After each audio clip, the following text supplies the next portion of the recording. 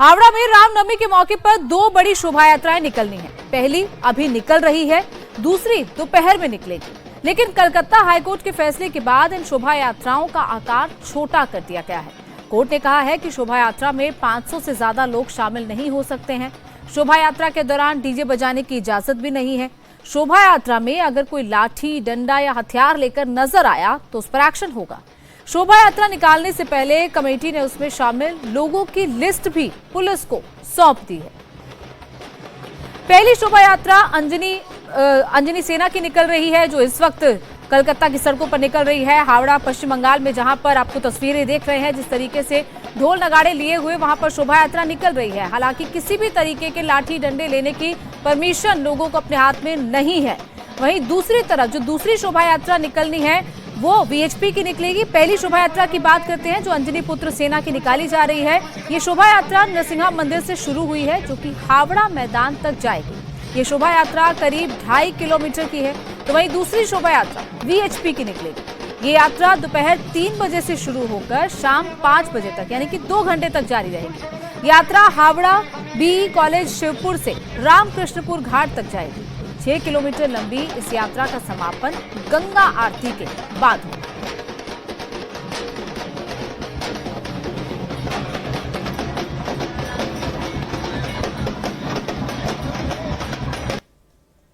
और इसी खबर पर मेरे दो सहयोगी मेरे साथ सीधे तो हावड़ा से जुड़ चुके हैं। पवन नारा हावड़ा से लाइव हैं, वहीं ओंकार सरकार जादवपुर यूनिवर्सिटी से हमारे साथ लाइव जुड़ गए हैं। सबसे पहले पवन, क्या तस्वीरें इस वक्त वहां पर हैं? आप क्या उस शोभा यात्रा में हैं जो कि इस वक्त अंजनी सेना की निकाली जा रही है, और क्या माहौल पूरी तरह ठीक है? सुरक्षा कैसी है वहां? बिल्कुल गौनिका, सबसे पहले आपको तस्वीरों के जरिए दिखाते हैं। अंजनी पुत्र सेना की ये शोभा यात्रा है जो पुलिस के साए में निकल रही है। महिला यहाँ पर अगुवाई करते हुए नजर आ रही हैं, ध्वज लिए गए हैं। हालांकि सुप्रीम कोर्ट ने कहा था कि कोई बांस के डंडे नहीं होंगे, लेकिन कहा जा रहा है कि प्रतीक चिन्ह झंडे को डंडे के अलावा किस पर रखा जा सकता है, इसलिए है। और महिलाएं अगुवाई कर रही हैं। मैम, अब ये रैली हो रही है, मन में क्या चल रहा है? भगवान श्री राम का जन्मोत्सव है। बिल्कुल, हम लोग बहुत उत्साह के साथ शोभा यात्रा में शामिल हुए हैं। घर घर से लोग भी उत्साह दे रहे हैं। हर जगह भगवा छाया हुआ है। राम राज की करो तैयारी, आ रहे हैं भगवाधारी। 500 की अनुमति मिली थी, लेकिन लोगों की संख्या लगातार बढ़ती जा रही है। क्या कोई शंका है आपको, डर है जिस तरीके से पुलिस का साया है? संस्था की तरफ से 500 आदमी ही लाए गए हैं। संस्था की तरफ से 500 आदमी ही लाए गए। बाकी आम जनता पे संस्था का कंट्रोल नहीं है, वो प्रशासन समझे।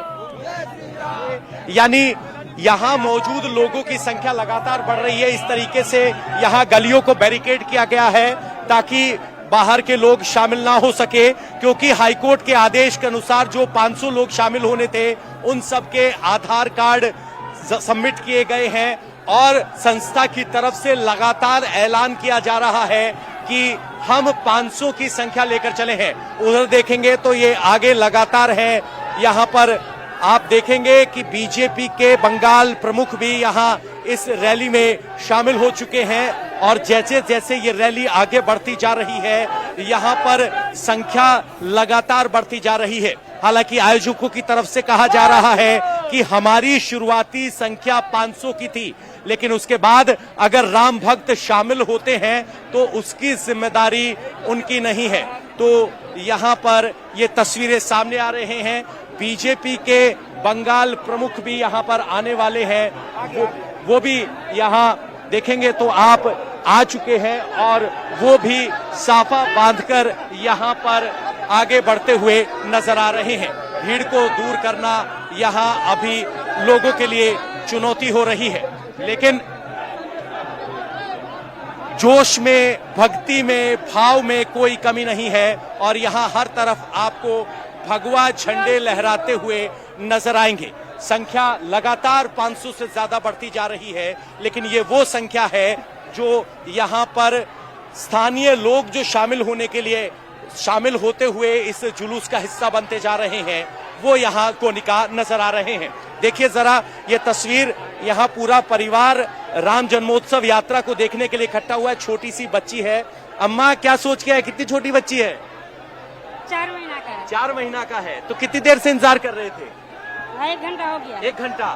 तो आपके लिए रामनवमी की यात्रा क्या मायने रखती है? बहुत अच्छा। तो आपको लग रहा है सब शांतिपूर्ण हो जाएगा? हाँ, सब शांतिपूर्ण हो जाएगा। सब शांतिपूर्ण हो जाएगा। सब इस लम्हे को कैमरे में कैद कर लेना चाहते हैं और ये यहाँ की जन भावना है। और जहाँ से ये यात्रा निकल रही है वहाँ राम भक्तों पर पुष्प वर्षा हो रही है, पानी जूस बांटा जा रहा है, मानो प्रभु श्री राम के जन्मोत्सव का जश्न हो। यहाँ अगर आप देखेंगे तो लगातार पानी और पुष्प वर्षा के साथ यहाँ स्वागत किया जा रहा है।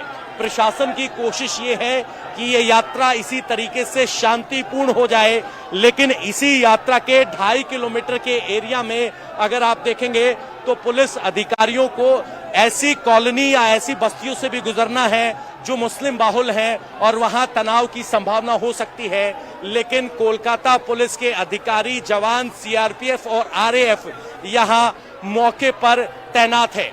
इस यात्रा को शुरू हुए 500 मीटर का डिस्टेंस कवर कर चुकी है, 2 किलोमीटर बाकी हैं और अगले ये 2 किलोमीटर कोलकाता पुलिस के लिए चुनौती है, क्योंकि शर्तों के साथ जो हाईकोर्ट ने अनुमति दी थी उसके बाद अब जिम्मेदारी कोलकाता पुलिस पर है कि ये शांतिपूर्ण हो जाए, यहाँ लोग ना आ पाए। इस तरीके से बैरिकेड लगाकर इस रास्ते को सैनिटाइज किया गया है, लेकिन फिर भी लोग यहाँ इस शोभा यात्रा को देखने के लिए पहुंच रहे हैं। तो बिल्कुल पवन तस्वीरें दिखा रहे हैं कि किस तरीके से वहां पर शोभा यात्रा निकलनी शुरू हो गई है और कई ऐसे सेंसिटिव एरिया से भी शोभा यात्रा निकलेगी जहां पर पुलिस की तैनाती बहुत ज्यादा की गई है।